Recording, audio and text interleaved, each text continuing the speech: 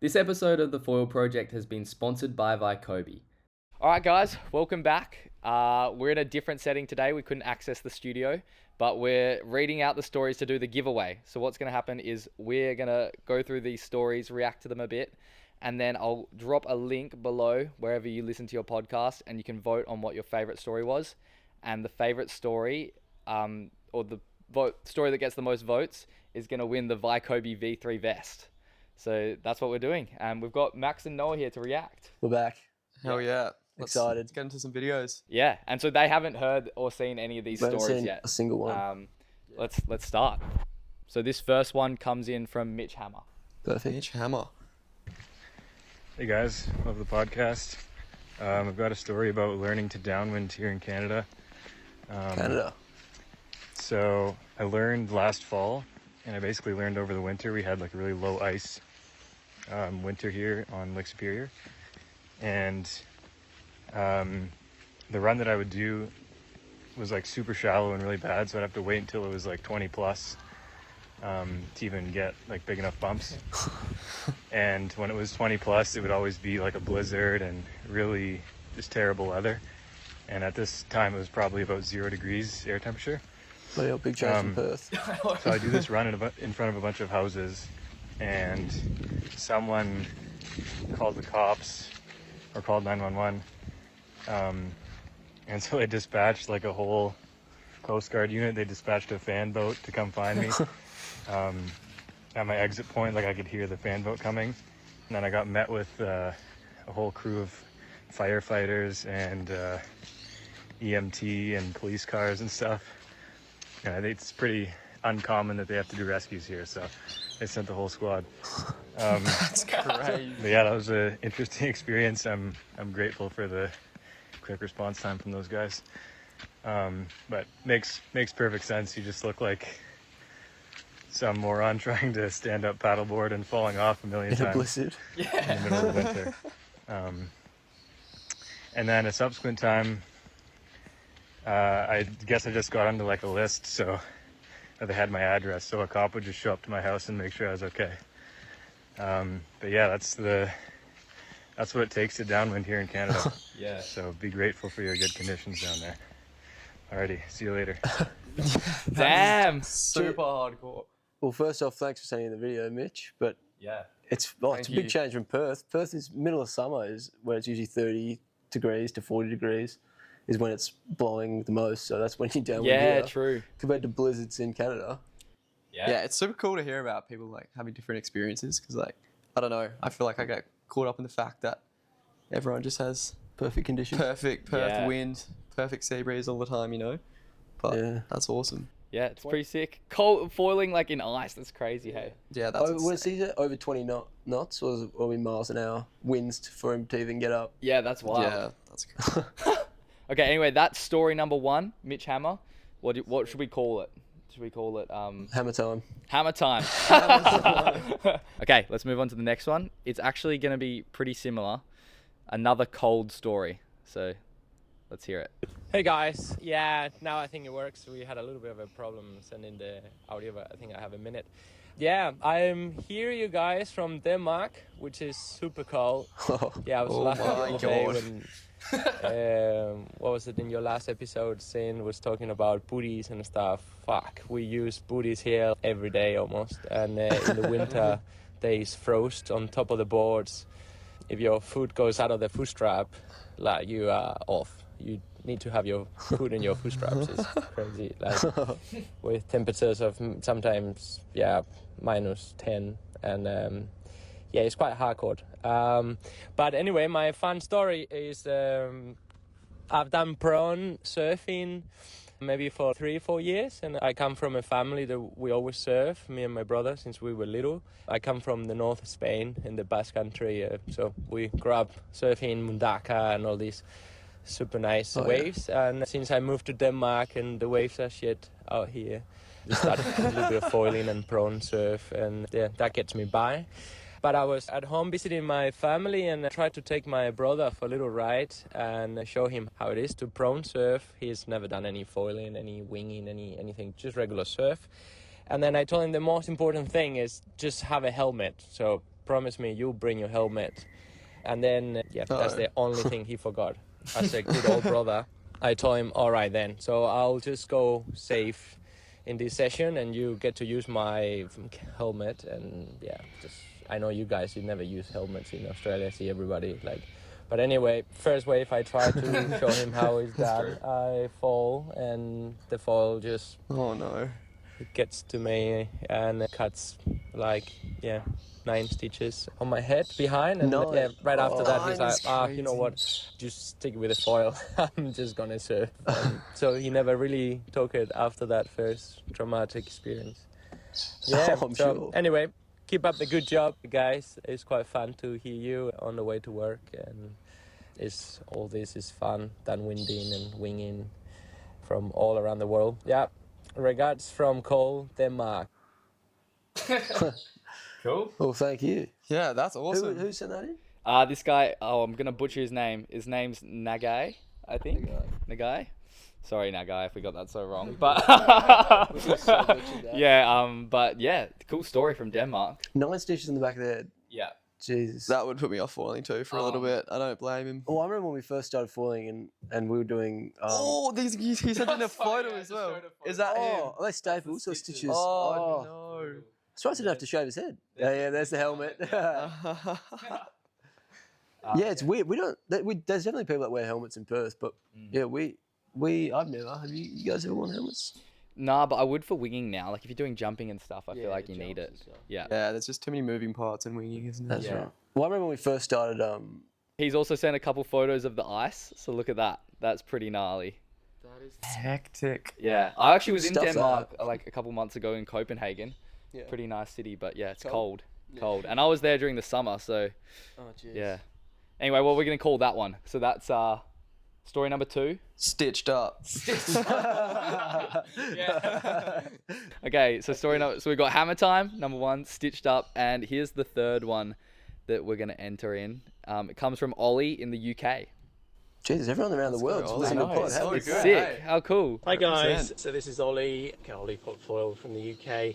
So I've got a little foiling story. It's not, Little plug. it didn't actually happen to me while I was foiling. It's more of a pre-foiling story.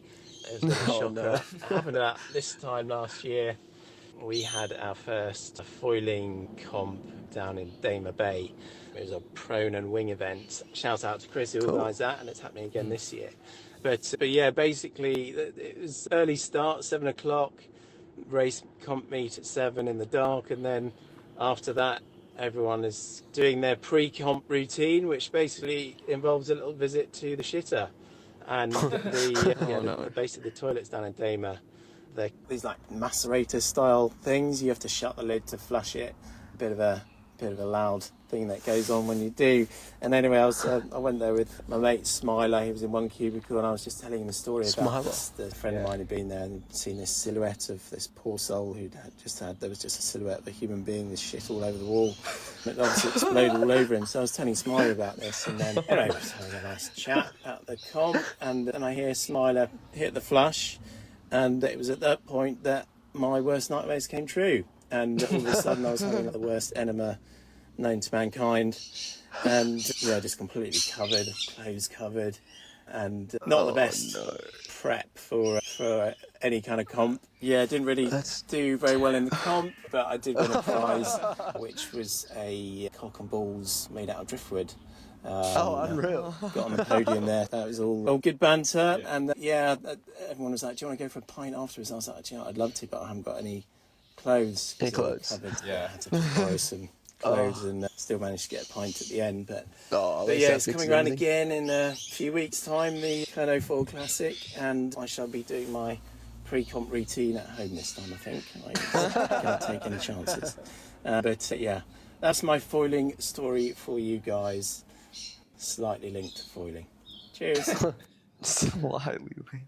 Jeez, well that's just terrible. So obviously they have to shut the toilets before Yeah. flushing. Was it? Yeah. So was his mate in a separate cubicle, and then when he flushed, the other cubicle exploded? Yeah, I think so. That's crazy, isn't it? But Oh, wait, there's not a photo, is there? no, but there's a photo of him with the cock and ball prize. Oh, good. So yeah. So good. Well, thanks, Ollie. That was You know, when we did this giveaway thing for VAIKOBI. Like, I would not have thought that that's the story that would get sent through. But Covered in shit. Yeah, that's pretty crazy. yeah, Probably the last thing you'd thought yeah, no, would be sent definitely. through as a story. But that's like the worst feeling as well. Like even when you're surfing, just normally, and you're in a full wetsuit and you're all zipped up, and then you go, "Oh bloody hell, I need to go to the toilet." Yeah. Yeah. Take everything off. But at least it wasn't in as full wetty as well. Yeah. Oh God, pretty terrible story. But thanks, Ollie. Yeah, Cheers. thank you. Okay, What so do you what's call that the one? what do you Shit call that house? one? Yeah. Shit ass. Shit house. Oh, shit house. Yeah, I Yeah, like yeah. it. I like it. Okay. Some Cool. good names. Right, so that's the 3 entries we've got. I actually have one more story, but this is not going to be part of the entry. It's because Riley Walker sent it through. So me and Riley are actually we're setting up a bit of coaching here in WA. So if you're interested, check thefoilproject.com and you can book in. And we can hear Riley's story. It's a bit different to the other ones, I'd say. Basically, brilliant advertising for coming to Western Australia. But let's hear it. Hey you, just thought I'd give you a quick foil story after listening to the recent podcast.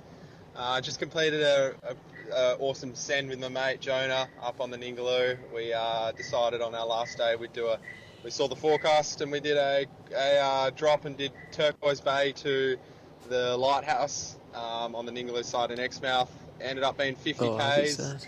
I just thought I'd share the story of how amazing the wildlife was. I don't think there's many places you can foil downwind and have this many wildlife encounters.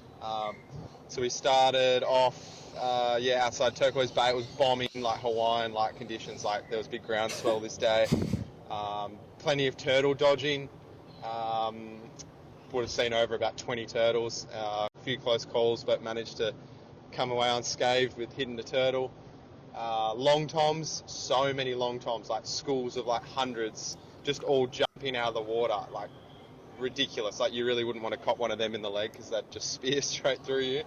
Humpbacks, probably about 3 or 4 on this run, close encounters, jumping in the air. You probably saw my story. They were kind of sketchy, but you could see them from about 200 metres away, so you just kind of keep your distance and get the GoPro out and film them. And I had a few jump right near me, which was pretty cool. And then out the back of Tandabidi, big whale shark. My mate and I went over the top, and he was the one right over the top of it, and he thought it was about a 15-foot tiger shark. His jaw absolutely dropped. But then I looked at him, I was like, no, it was a whale shark. We probably should have stopped and jumped in with it, but that was cool. I don't think many people have foiled over the top of a whale shark. And then to top it off at the end of the run, there was this big school of mullet that we decided we'd go towards and go through. Anyway, as soon as we got over the top of the school of mullet, there was about 20 sharks underneath it, and one started zipping after our foil, or my mate's foil, for about 100 metres. He reckons it was just a metre away, just like chasing after his foil, so he felt a bit uncomfortable. But yeah, that was That's terrifying. a story from a good send with a mate up in Exmouth a week ago. Cheers. Wow. Well, thanks, Riley. Bloody hell. I feel like that just has everything. Yeah, what the heck? What more could you want from a run? Well, there's people that like pay money to go on whale shark tour boats, and they don't see whale sharks. I know. And he's just out there doing a 50K foil and just goes straight over the top of one. That's wild. Yeah, it is. That sounds pretty mental. Good luck. Yeah, that is insane. It's a pretty crazy place up there. Yeah, well, because I've only ever heard of sharks chasing foils. Like when we were in Indo, like a year ago now, one of the guides he just sounded like he was just trying to scare people and just say that, oh yeah, he's had sharks chasing him all the time on the foil, but yeah, I've never seen it until. Yeah. Well, cool. That would be terrifying though. Like, Yeah, 100% you'd stuff up or something like that. Yeah, imagine just stuffing up. What do you reckon it would do though? Yeah, imagine looking behind you and just see the shark. Yeah. Dude. Well, I think it would go for the foil, but Yeah. But if it'd be you, pretty terrifying. Okay, well that was our foiling stories. So Thank you. the 3 that are actually in the competition, what were the names? We got number 1. We got Shithouse is one. Shithouse, three. Stitched Up, number 2, And what was number 1? and number 1 was Hammertime. Hammertime. Yeah. Okay. So number 1, Hammertime, which was the getting the police Cold. called on him. Oh, yeah, Yeah. that's right. Yeah, in the yeah. cold. Number 2 was what? Stitched up, the 9 stitches in the back of the head. Yeah. Stitched Up. Oh, From Denmark. and then Number 3 was Something just a covered in whole shit. bunch of shit. Yeah. Really. From the UK. oh, Yeah, hope you guys enjoyed, and we'll go straight to the episode with Zane now. Make sure thanks for watching. Yeah, vote. This is part 2 of Zane's, isn't it? Yeah, part 2 of Zane's. How good? Interesting. All right. Yeah. Enjoy. Go watch that. Thanks, guys. Cheers, guys. Okay, everyone, we're about to launch into the conversation with Zane, but I just wanted to say a quick thank you to everyone who sent through a story. They were awesome. I loved reading all of them, and sorry that we couldn't put all of them into this episode of the podcast. And before we jump into the episode with Zane, I thought I'd just run through a quick summary of what we talked about before so that you're not lost when we start off again. So we started last episode by talking about the Kelly Slater post, or the repost of Zane, and then we jumped right into shimming and how it's different for downwind foiling versus surf foiling. From there, we talked about Unbounded, which was a pretty awesome story to hear. Finally, we moved into talking about the Hawaiian downwind season, and that's where you guys will join us again here.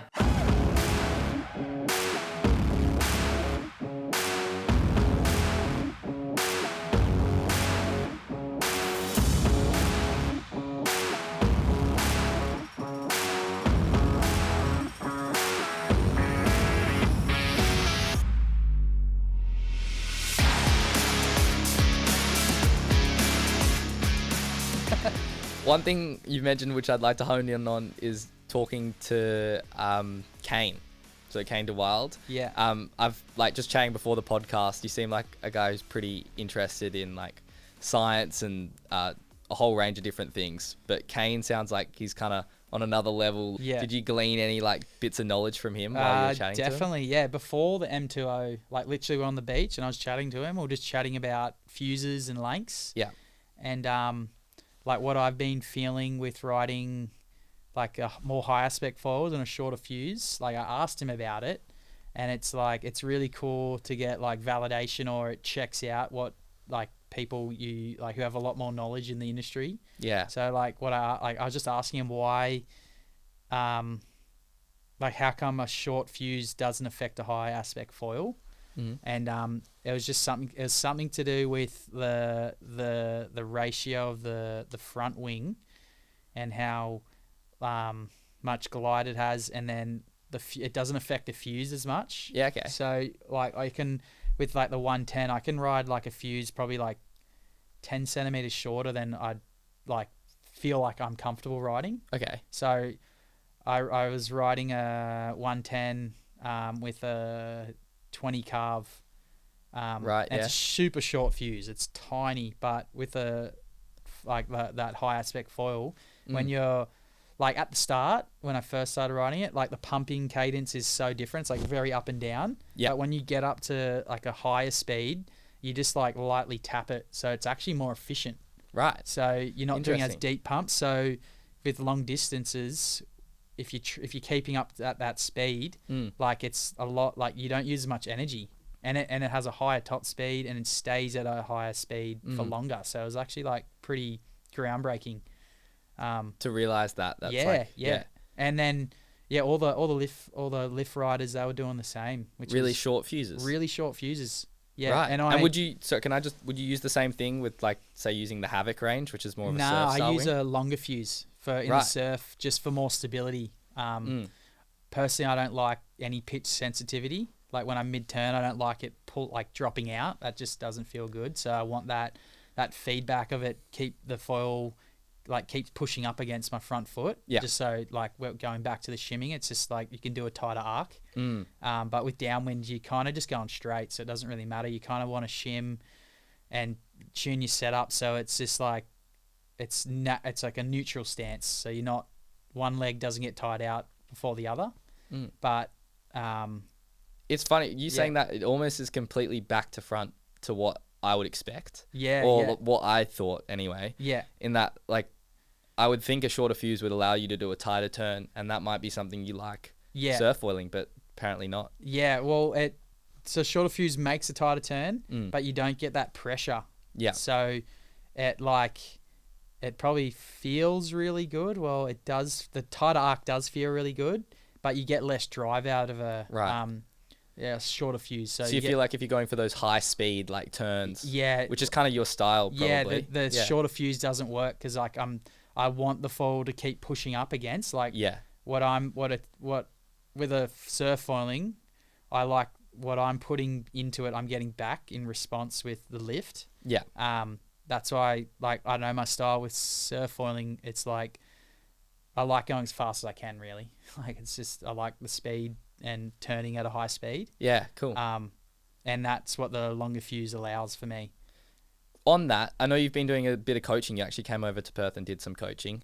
For people getting into downwind foiling, would you recommend a longer or shorter fuselage? Because that's something that like a lot of people ask. It's a good question. And I don't really know the answer, to be honest. I reckon a lot more of on the long side of like a longer fuse with not a massive tail, but like a medium-sized tail. Yeah. Something that doesn't have too much, like the tail doesn't have too much influence over the front wing. Yeah. Do you have any like reasoning behind that? Like why? Just so like when you first start downwinding, there's 3 parts to it. It is learning how to paddle. Yeah. And standing on a crazy board. Yeah. And then paddling up on foil, which is another really hard thing. And then when you get up on foil, you got to learn how to read the bumps. Mm. So you can't do any of that if you can't. You want the biggest kind of foil you can get your hands on. So you get that feedback of paddling up and the foil engaging, and then that's where it kind of all starts. Because if you don't get on foil, you're not downwinding. Exactly. You're just paddling. Yeah. I guess that's the whole goal. That's the thing that makes it so hard, isn't it? Yeah. Getting up. Yeah, and then when you get up, it's a whole new realm. Yeah. Like trying to figure out what's going on in the ocean, this chaos. Yeah. Yeah. Cool. But yeah, definitely the bigger, like Stuart that I was teaching today, he was on like a 1401 axis. Yep.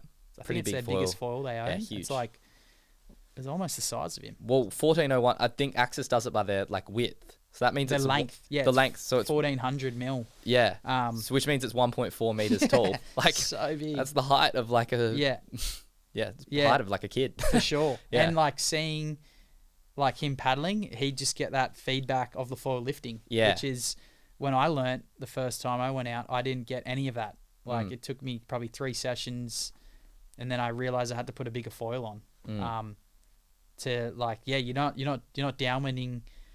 Like a lot of like, I even had the mindset. People like you get the mindset of you want to ride the fastest foil you can, but you've got to learn the fundamentals and going through going down the foil sizes to get to that. And each foil teaches you something new, like a speed like you can go and angles you can take, and then it's just like you definitely don't want to shortcut downwind foiling personally. You want to learn all the stages. Like I think they like definitely the fundamentals, like building the building blocks of like paddling a big foil up and then being able to pump it, and then as you get better at paddling, naturally you'll be able to paddle up smaller foils and your timing gets better. And I think it's like really, for me, it was really good to go through all that struggle. Well, kind of the beauty of downwind foiling is like how hard it is to learn. You have to go through all these phases to get to like that end goal. And it's a big whack to the ego. Yeah. All the time. Yeah. Yeah. It's like 2 steps forward, 1 step back. Yeah, I guess that's why it's so addicting, I reckon. Like people, it's so hard and then so rewarding. Yeah. When you start breaking through. Yeah. And then I don't know, you just get to traverse in the ocean. Yeah, it's pretty awesome. It's pretty amazing. freeing. Yeah, it is. Yeah. It's pretty wild. Never would have thought I'd be doing that, doing this at like 10 years old. Yeah, no, neither. Yeah. I didn't even I think you said this yesterday. It was one of the quiz questions that James asked. He said, "When was lift foils made or created?" Do you remember what year it was? It was like 2009. 2009. Yeah. Yeah. So I was in year 9 then. Yeah, that's I was crazy. like 14. I think I was 5. Yeah, right. Crazy. And the first time I saw a foil was like at 15, maybe. So, yeah. Okay. Yeah. Maybe a bit earlier than that. The first time I saw a foil was when I was in South America in Chicama. Yeah. I vividly remember a guy on a sup foil, and he was on a niche setup, and I was surfing, and he whizzed past me, and I was like, whoa. And he just went he went like down to the end of the point, which is like 2 kilometers away. And I was like, whoa, that's crazy. Like surf foiling. Surf foiling. So cool. Yeah. And he was quite good for like the like where foiling was at the time. Yeah. Yeah. And at that stage, it was probably hard to imagine like that you could get to the stage you're at right now. Exactly. Yeah, for sure. The gear and everything progressing, just, you know, it's Yeah. kind of leveling up with like the top guys. Hey, like obviously the top guys push the limit a bit more, especially with like Cash. Have you seen his? Oh my God, that was Dude, that so was cool. the craziest film. It was Yeah. just like highlight reel for 20 minutes. Yeah. Yeah, that really If you want to get motivation to Yeah. like wing foil or anything, watch watch Cash. that. Yeah. It's amazing. He's kind of a superhuman, but He is, hey. He's a good kid as well. Met yeah, him you twice, met him? legend, yeah. Cool. Yeah. Is he like one of those hyper focused people? Or is he pretty laid back? What? He seemed pretty laid back to me. Yeah. Yeah. Yeah, Having a good crazy time. talented, though. Yeah. But I didn't spend much time with him, but he's a good guy. Yeah, cool. Yeah. I had a question, but I've lost it now, so I'm gonna move to another topic. Yeah, If that's all right with you. sweet. Yeah.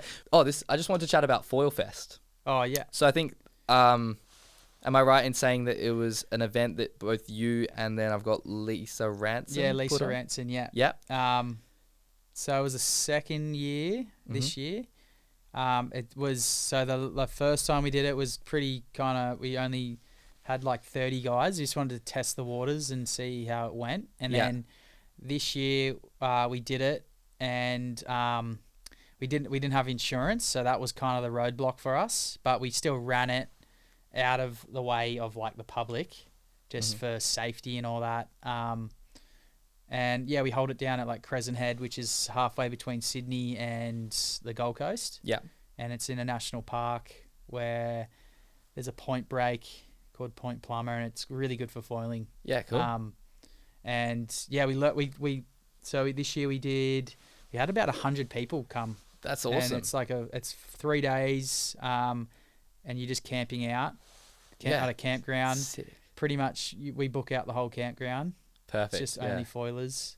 And then this year we had a bunch of like tow boogie come, Flight was there. All the foiling assist tools, they were there. It was that's how good. And were people getting to try all that stuff? Yeah. How wicked's that? Yeah, on the Sunday, literally there was probably like 100 foilers in the lineup. Wow. And all the like tow boogie, e-foils, the ant ball, the foil drive. It was pretty wild to see. Was that dangerous? That's like my first thought, like someone's going to get hit by a tow boogie. Depends what dangerous. Yeah. What's your classification of dangerous is? Yeah. To an outsider, definitely looks dangerous. Yeah. But to a foiler, it was like kind of organized chaos. Heaven. Yeah, literally foil heaven. Yeah. Cool.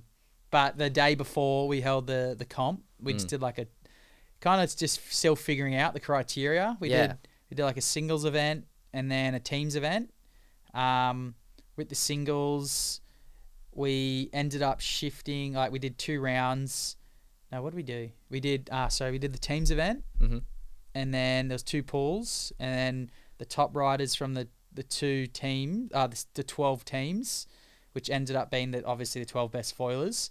We did the highest scores. Yeah, okay. So, and then they went into an individuals event, and then what we ended up doing was just doing a tow. We had like 3 jet skis there, so we just whipping the best guys up and watching them go crazy. Yes, it was actually really fun. And were they with foot straps or no foot straps? What was kind of the like criteria? No one had foot straps. There's no like rules around what you can use. Like it's kind of just you could use a sup if you wanted or whatever. Just had to foil. Yeah. Okay. Cool. And it was sick. I pretty much in the end we just want to see the best riders foil. Yeah. Because it's entertaining. Yeah. So we just towed them up on with a jet ski, and they were just going crazy. That's cool. It was really sick to watch. Yeah. So I think next year we'll do a teams event. I think what will happen is we're gonna have like a multiple day event. I reckon. Okay. Could have like 1 day of individuals, and then teams, and then if there's wind, we can do like a downwind race. Cool. Yeah. So it's kind of like what dates is that so I can lock in coming over? I was supposed to have a call with Lisa this week and organise it. Yeah. But it's generally the first week of June. Cool. So just in winter, which is good. Less people around. Yeah. And generally the waves are better then anyway. So perfect. Yeah. I just on that, I remember there was a post that like Anna Bennett did quite a while back where he like just asked everyone, what do you think about how you would judge foil events? It kind of blew up. I remember there was heaps of people commenting and chipping in their ideas. From what you've seen, what do you feel like the best way of doing it is? I know one idea was like 3 waves or something. You catch it and you can link another one. Other people saying like... Well, there's so many angles you can go from. Hey, like there's like a skate criteria where you have 2 minutes and you get judged out of however many points. Or there's the surf criteria of like, say, 20, you get scored out of 20 points, 2 waves. I feel like the best... I think what it would be is the most entertaining way. Like, we didn't play around with the, like, you have 3 minutes. I think we'll do that next year. Yeah. But having, like, you just get scored on your 2 best waves. But the way we did it, I kind of did the criteria and I kind of cooked it with, when you catch a wave, you get scored on that, but you can pump back out. And if you pump back out, that first wave doesn't get scored. Okay. And I kind of... I thought it was good at the time, but it actually made the event quite slow. Like, it wasn't as entertaining because, like. So what would be the solution? So just from that? Scrap that, like the pump out rule, and you just get scored on your 2 best waves. And so you have to catch it, and that's the wave you get scored on. Is that how you run it? No, well, you can. So this was in the teams event. So the teams event we had an hour time, and there was 6 riders, so they essentially had 10 minutes each. So there is a bit of a time element there with the teams. So that really slowed it down, having that rule. So it didn't make it as entertaining. So we kind of got rid of it. And then the event was flowing a lot faster and better. So like guys are catching a wave, getting a 6, and then they'd pump out and get like a 7 or an 8 and then be done. And then you come in and tag the next guy. Oh, I see. So as in like each... Like if you pump back out and get one, that counts as another wave. Yeah. Okay. So 2 separate waves. That's it. Yeah. What if people like, so say they just caught one and just popped off straight away? Yeah, that doesn't get judged. That doesn't. Okay, cool. That's a good. Actually, that's a good way of doing it. Yeah, it's like initiating a first turn. I feel like that's where it gets judged. Yeah. Okay. But that's like the stuff we kind of had to iron out really. And then the individual. I think what we'll do next year is just do a toe-up event again because it's so good. Yeah, that sounds guys so good. Whipped in. And then we kind of want to get like a foil assist, like toe boogie, like to next year do a toe boogie kind of thing where you have your own toe boogie for however long, 20 minutes. Yeah. And you just tow yourself around and do whatever, which would be pretty cool. Have you used the toe boogie much yourself? I've used it once. And it was a great experience. Yeah. It seems pretty cool. Yeah. It seems like it could get banned everywhere, but it also seems... Well, it is banned in New South Wales, apparently. Really? Like, there's like this weird blanket thing. It's like a preventative, but I think the toe boogie guys are kind of... On it? Yeah, they're on it. They're just like trying to... There's definitely like a place for it. Like if you're out of a wave where there's no one there, and you can only get there because you got a toe boogie, like I reckon it's fair game, mate. That's perfect. Where I live about half an hour north of Byron, and it's all Long Beach. Yeah, and there's rarely any surfers there, and I could just take the toe boogie out and just go left or right and whip myself into any bank I wanted. So it's really cool, and they seem to do a lot of kilometers. You can go long distance with them. Yeah, that's cool. Yeah, I reckon they'd be a good downwind assist tool if you didn't want to use a sup. Really? Yeah. Like they can go that far. You could do like 10Ks on this thing. Yeah, really? They do like 50 kilometers. No way. Yeah. That's insane. Yeah, so they got a lot of battery power. Like for me, I probably couldn't run the battery to 0. Yeah. You know? Wow. That's pretty cool. The hours and hours in the water, you know? Yeah. So, yeah. That is cool seeing like foil drive obviously has its place as well, but like you're never going to be in the water for 3 hours with that thing. Definitely. So that's... Yeah, they all have their place, like the foil drive, the toe boogie, and then Flight's one they're bringing out, that AMP. Yeah. They all have like their, their little kind of unique like spin on how you can use an assist in the foil like realm. So it's cool. There's so much new innovation coming out all the time. It's crazy. And it's all lowering the bar for the entrance level, which is really cool. Yeah. Makes more people get into it and more people will be happy. Yeah.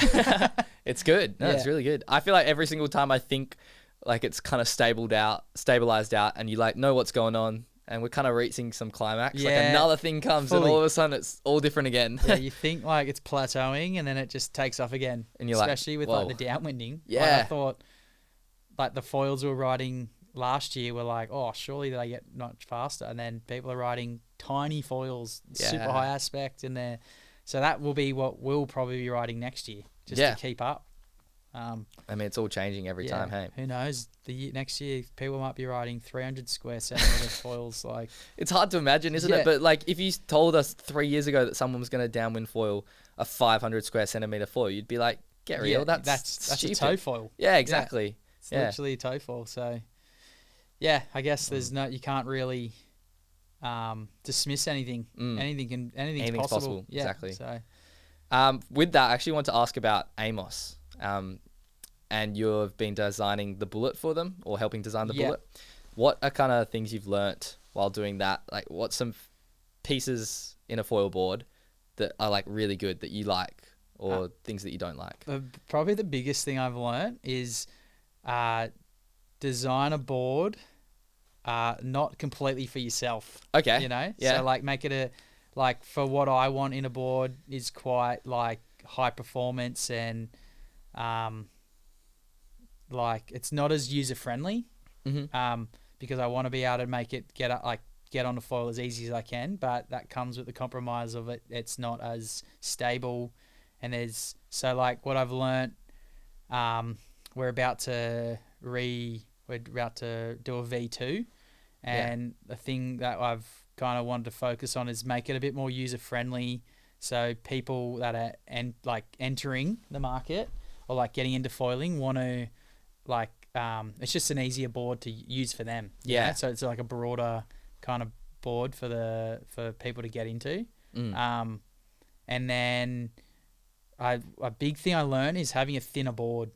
Like the first bullets I had were quite thick. They were really corky in the water, so they're quite a lot of board out of the water when you're standing there, and you feel a lot more disconnected to the foil because it's so thick. There's so much. There's so many ways you can go about it with a downwind board. Like the design of every board's so different. Like the outline might look the same, but it's so different. Like throughout the board, like the bottom contours and Yeah, you can change every little bit of it. it's crazy. Yeah, I think we were actually chatting last night, and you said something along the lines of like it's super underrated how important it is. Definitely. Because like these guys wouldn't be paddling up these tiny foils without the board. Exactly. Yeah. So yeah, definitely the board is as important, if not more. Like if you can't get on foil, you're not doing it. So the board design has to be like up there with it. So but pretty much the bullet, I want to like last year we started doing it, I wanted a board that I could paddle up the smallest foil I could at the time, and that was the 110. And it achieved that. I was on the Sultan, and I was finding it hard to paddle up the 110 on the Sultan because it's a bit more draggy the bottom, but it's stable. And then I was just like, there's definitely a way to make a board that can go through the water faster. Yeah. And it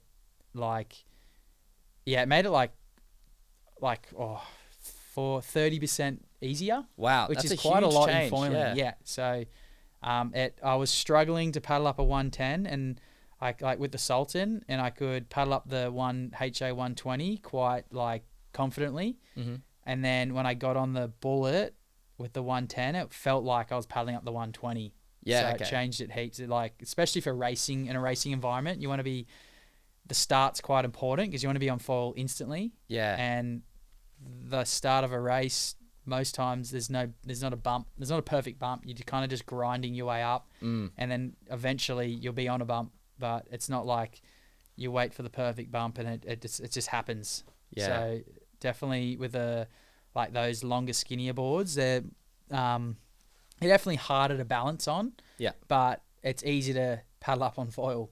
But you got to go through the whole process to be good at balancing to ride those boards. So yeah, no, that's true. Hey. So coming back to doing a V2, we're kind of focusing on having a board that can paddle up foils a lot easier, but has the stability. So we're working, the biggest part's working on the bottom contour. and working like with wide points and like the roll of the deck or a concave deck, or how the rails are, like if they're loafy or a bit like square. Just there's a lot of design that goes into not just under the board, but like actual where the volume is. Yeah. Around the edges, it's like if you pull the wide point of the board, say like the bullet is quite rounded. It's kind of like a canoe. Mm-hmm. So if you pull the wide point out, so it's not as like rounded, it makes the board thinner. Yeah. Okay. So it's less corky, and you feel more connected to your foil. Yeah. So one thing I know that some of the earlier boards had was kind of like a double concave. Yeah, like the Sun Nova ones. Yeah, exactly. Yeah. I mean, Sonova's kind of what I've always ridden. Yeah. So I know they had that. Do you think that has some merit in it? I or you haven't reckon really tried? Or it makes it more stable. Yeah. And it channels water. So maybe but better for beginners? Is that kind of what you're thinking? Or definitely, they're like this. Like I first learnt on a aviator. Right. Like a 6.0 by 27, and it had the double concave. Yeah. I feel like when you glance and touch down, it is less stickier. But I haven't ridden a board like that in ages, so it'd be actually really good to go back and compare them. Like just like back to back. But with even just like there was double barrel kind of concaves in prone boards. Yeah. And that it definitely helped with like dispersing water, especially paddling or like in with downwinding, like planing through the water and releasing off the water. So I don't know. It's kind of there's almost too much, isn't there? Yeah. It's like really hard to test. Well, I've never really tried. You've probably been through that testing process quite well. And like, are you doing like the scientific method of like changing one variable at a time, or is it kind of like you try to sort out a couple things at once? Bit of both. Yeah. I can imagine you kind of look at something and go, we should do this and this. Yeah. And then when I order like when I get when I design a board with Amos, I want to have 2 boards with different variations on it. And then exact same dims and just tweak a tiny bit. And that I feel like that's it like obviously cost money. But I feel like it's like if you look at it in like if you can do it faster, like obviously not rushing it, but if you can do like the R&D faster and get it out quicker, like you'll get that return on investment. Yeah. So, if you're doing one board at a time, it might take 6 months longer, but you might go through the same amount of boards but not have that, so yeah, it's more about like the amount of feedback you get from each sure. individual board rather than thinking of it as like a monetary kind of like whatever financial block or something like that. Yeah. And getting a good board out quickly for a brand is probably going to be the thing that makes them the most money. Like if they're late to the program, that's a and that's big it. thing You at the don't want to moment. rush a board and not be good as well. Yeah. You want it to be a good product that works, like it looks good. I think it's quite important. Yeah. Like, I really agree with that. The aesthetics of a board is quite like important. I feel if you like look at a board and you're like, oh, that doesn't look nice, you're not going to really gravitate to wanting it. Yeah. So definitely aesthetics, and then functionality is a big thing. Obviously, is the more important thing. But they're definitely 2 things like we take into account for sure. I know the board I've been riding. It's like a kind of a prototype that Marcus did for Sonova. Yeah. And it's got like a pointy nose and a pointy tail, which I've heard, and I kind of agree with it as well, gives the board like a bit less stability. It kind of seems to like wiggle left and right. I don't know if but that's... But it paddles faster. Yeah, it's so good for paddling up. But Yeah. like if you haven't used a board like that and you jump on it, you're a bit like, whoa, this is kind of wiggly. Side to side is kind of... it's kind of skittish or... Exactly, I know what you that's mean. the best word. But when you go longer, because you have more rail in the water, so it naturally is like less... whatever you call it, yaw, or it doesn't want to go fishtail as much. Yeah. So I feel like you can counter that with the longer board, which Yeah. is like the average board now is like at least 7'4". What are you riding, by the way? I'm riding a 7.6 at the moment. Okay. But I was training on a 7.6, and then I went over to Hawaii with the 8.4, so I went up 10 inches. Right. Did that do good things for you? Yeah, definitely. Yep. Definitely training on a small board is good because it's like harder to paddle up, and then when you're so used to that board and you get on a bigger board, it's just like way easier. Wow. Okay. Yeah, so it's kind of an advantage, I find, because you're obviously putting the same amount of power in, but you're getting way more speed across the water on it, and then you can get onto foil quicker. Yeah, cool. Personally, I've always been using what people would now consider like relatively short boards. Yeah, okay. I think my board's 6'10" or something. Yeah. But it seems like that progression to the longer boards is something that's... I feel like it's coming back though. It's gone really long, and then people are kind of experimenting to go back with the same kind of design but shorter. Yeah, okay. Yeah. Do you find that the long board does make it like pretty bad to turn? Definitely. Yeah. Yeah, you lose that you lose that performance in turning for sure. Like after coming back from Hawaii on an 8.4, and then I got back on my 7.6, and I did a downwind, and I was like, oh, this feels like I'm surfing. Like it was just so, like I could just turn way better, and it made that downwind, it was like really, really fun. It was like I was just like surfing the whole way down the coast. Yeah. Yeah. I guess that's one thing that, I feel like I really enjoy. Or probably in Perth, like the biggest thing we do realistically is surf while downwind. Yeah. It's hard to go incredibly fast when we don't really have a swell coming with it. But yeah, is that your experience as well? Do you love surfing downwind, or both? Is it a bit of both? Yeah. Yeah. Well, I feel like it's conditions kind of pending. Like definitely for Perth, it's more of like a closer bumps together, so it's steeper, so it's just really fun for rip and turns. And then the East Coast, we get more ground swell. Yeah. So it's really fun for like turns, but like you can go really fast quite easily. Yeah. Like cool. Especially when it's like a 7 to 8 second period swell with probably like 2 to 2.5 meters. Yeah. So that perfect interval, and you can just keep up with the bumps. It's like really fast. And then, it really depends on your mood as well, you know? I kind of have this thing, if I obviously I have a Garmin, and if I'm averaging over like 27 or 28 Ks an hour, I'll just like start racing the time. Yeah, okay. Yeah, so I just, do you have your Garmin set to like buzz every time it completes a K? Yeah, I do. So you can set it to every kilometer. And then there's another setting you can turn that off, and then every time you beat your average speed, or like you do a faster kilometer, it tells you. Okay, so that's cool. What I do. So it only tells you if you've gone faster than your last kilometer. Is that right? Or it's like the fastest kilometer you've done. Oh, okay. So like maybe at the start I'll do like a 2:20. Yeah. And then it will buzz the very first K, and then like 2 Ks in, I might do a 2:10, and then it tells me. It buzzes that, and then the next kilometer might be a 2:08, and it tells me. Okay, cool. So that's an interesting way of doing it. Yeah, so it kind of just, to me, it kind of like, it's like a bit of positive reinforcement. Yeah, exactly. Yeah. It lets you know like you're going faster, and then you can kind of look down at your watch. You're like, oh, I'm averaging whatever. I'm gonna start pumping over swells now. Yeah.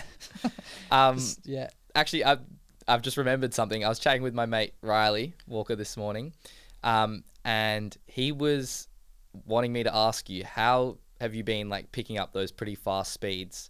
He kind of described it to me as in, it doesn't seem like you're really pushing to go super fast.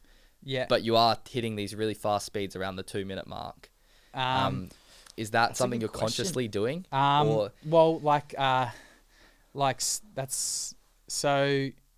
Some days you can't go that quick. That's like, true. It's just not possible because it's like the energy's not there. But with those days where it lines up and it's a short interval and there's a bit of swell, you can kind of push it and you can start going that fast. And it's like, you probably heard the term of like Dave Kalama talks about wormholes. You start seeing like these, like all those, obviously when you're downwinding, there's like your swell, there's like small bumps, and then medium, and there's large, and then there's like the ground swell. Yeah. And then obviously the bigger the swell, the faster it moves. So like you'll be on a swell, and then it'll open up an area, and then you can kind of like go through a gate and then jump to the next swell in front. Yeah. So that's like wormholing, they call it.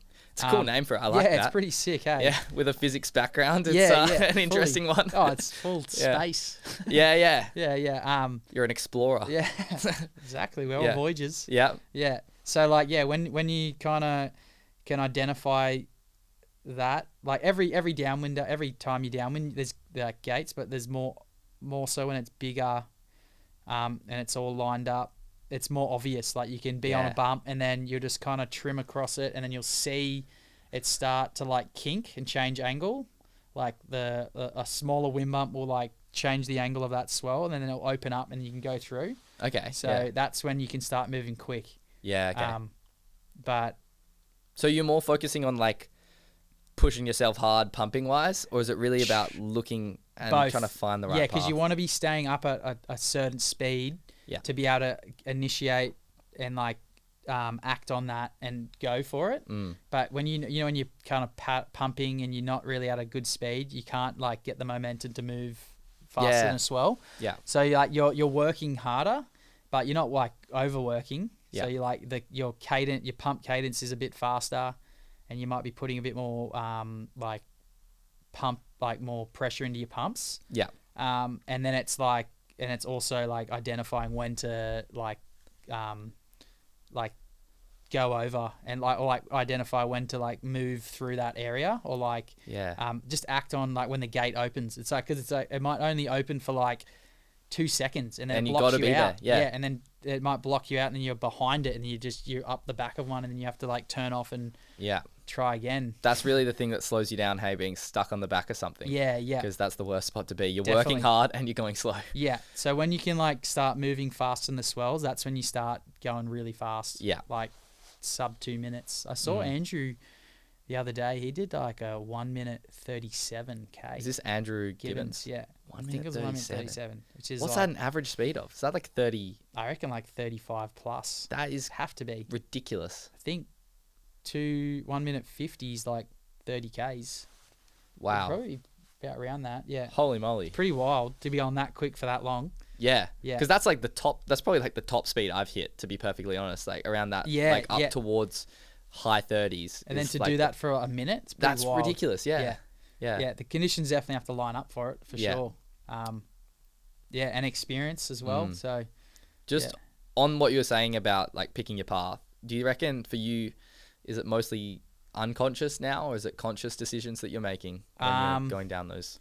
Bit of both. For the bumps? Some not every time there's something opens up, you're gonna make it. So it's also the knowledge of like how quick I can like get there or get through it. Like, but there's sometimes I'll just get completely shut off, and then I'm just like, oh, denied. I have to like turn off and lose speed, and then try again, pretty much. Yeah.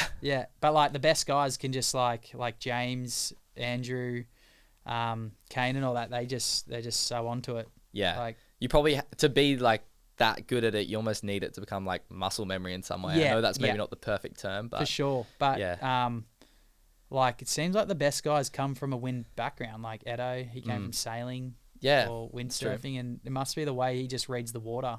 Yeah. In compared to like, I never came from a wind background, so he's like, because reading a surf wave is a completely so different skill. Yeah.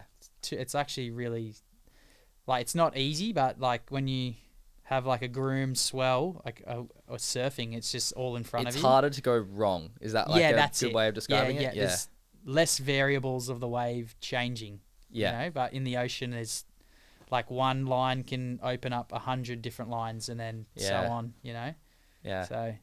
It's like all those different possibilities you could have gone down. Hey, exactly. You could end up, there could be a billion ways or infinite ways to do a downwinder every time. And then like the top guys are like seconds behind each other. Yeah. At the end of a race, or like a 40K race, and then you're like, imagine he just took a different line like at the start. Yeah. It could have been a bump in front of him. You know, it's a crazy how small the percentages are. Imagine that, like one decision, like 1 minute 45 in, and you've done that one decision, and that is the thing literally, that's lost and it's you the like race. half a second. Yeah, pretty cool. Yeah, it's super cool. One last thing I was thinking about surf foiling, but you were talking a lot about bottom turns, in your film. How like, what would you describe your technique for a bottom turn to do like a big, nice top turn? Definitely. Surf foiling is. Definitely like a drawn, because on a foil compared to surfing, we have so much more speed and time to like read the wave. Yeah. And because our foil moves faster, we can get to like a different part of the wave quicker. So washing off the speed for me, so going like, say the wave's breaking like that, like just going straight and doing a straight and then doing a big bottom turn and making it more vertical for the top turn. Yeah. And you almost want to wash off a bit of speed. Yeah, for when pretty you hit. much. Yeah, because I feel like if you're coming out of the bottom turn really fast, that top turn's going to be quite intense. And because like the foil's now so fast, so you kind of got to slow down a bit to. Do you think that's a positive for surf foiling? Like, would you prefer to have a really fast foil or something that's not maybe a little slower? I don't reckon. Like, the fastest prone foil I have is the HA70. Yeah, and it's a really good foil, but it's really fast. So you gotta like be like kind of conscious of like washing off speed if you want to be in the kind of the bowly section.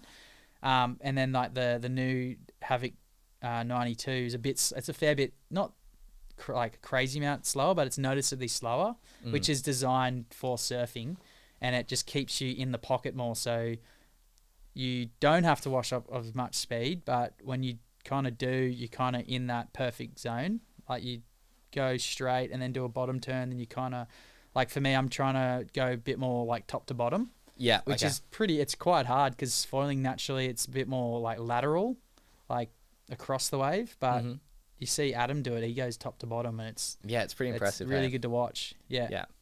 I feel like it's really cool the sport progressing towards surfing. Yeah, it's awesome. Yeah, it was cool for you to make note of that in like a whole film. It's a great thing. Yeah. Maybe on that, do you think more people are gonna start coming in from surfing backgrounds? Well, I guess so. Like John. Yeah. Having John like it's huge signed for with the a foil sport. company is amazing, and then he just became world champion today. So. You know, he came world champ surfing. Yeah, and actually, I heard that. Which is sick. So, like, people like him who are so influential in surfing. Yeah. And then, like, watching a video on him, how stoked he gets on downwind foiling. I think a lot of surfers get interested in that. It's cool. And then, like, going back to, like, Kelly Slater reposting, you know, like, a post of mine is, like I was more stoked on him just being stoked on foiling than like him himself, like who he is, like reposting. I was like, oh, this is so sick. He's like interested in foiling more than anything. So I reckon it's cool to be involved in something that you see is like so cool that these greats of like an insane sport, surfing, are interested in it too. Definitely. Yeah. And it's like, how couldn't you be? Yeah. Like foiling across, like downwinding across the ocean's pretty crazy thought to do. And then it's just like, it can be hours at a time. Yeah. You know, it's like, I can't see how you wouldn't want to at least try it. Yeah. And these people are like adventurous, like they want to push the boundaries. Yeah. It's the perfect way to do that. Yeah. Yeah. So, yeah. Well, maybe that was a pretty nice way to end because we've kind of had a cyclic. We've come straight back to where we started, which is great. Back to the goat. Yeah, back to the goat. That's a good. I think that's a good way to finish. So, sweet. Yeah. Cheers for having me on. Thanks for coming on, Zane. That was awesome, actually. Good conversation. Yeah, it was great. I feel like I've entered the flow state in this conversation. Me too. Yeah. We're going to go outside. It's going to be dark. I know. We're going to be tripping out. Anyway, hope you guys enjoyed this chat we had. Hope you kind of enter the flow state too. That would be pretty cool. Thanks again, Zane. It was awesome. Cheers for having me. See ya.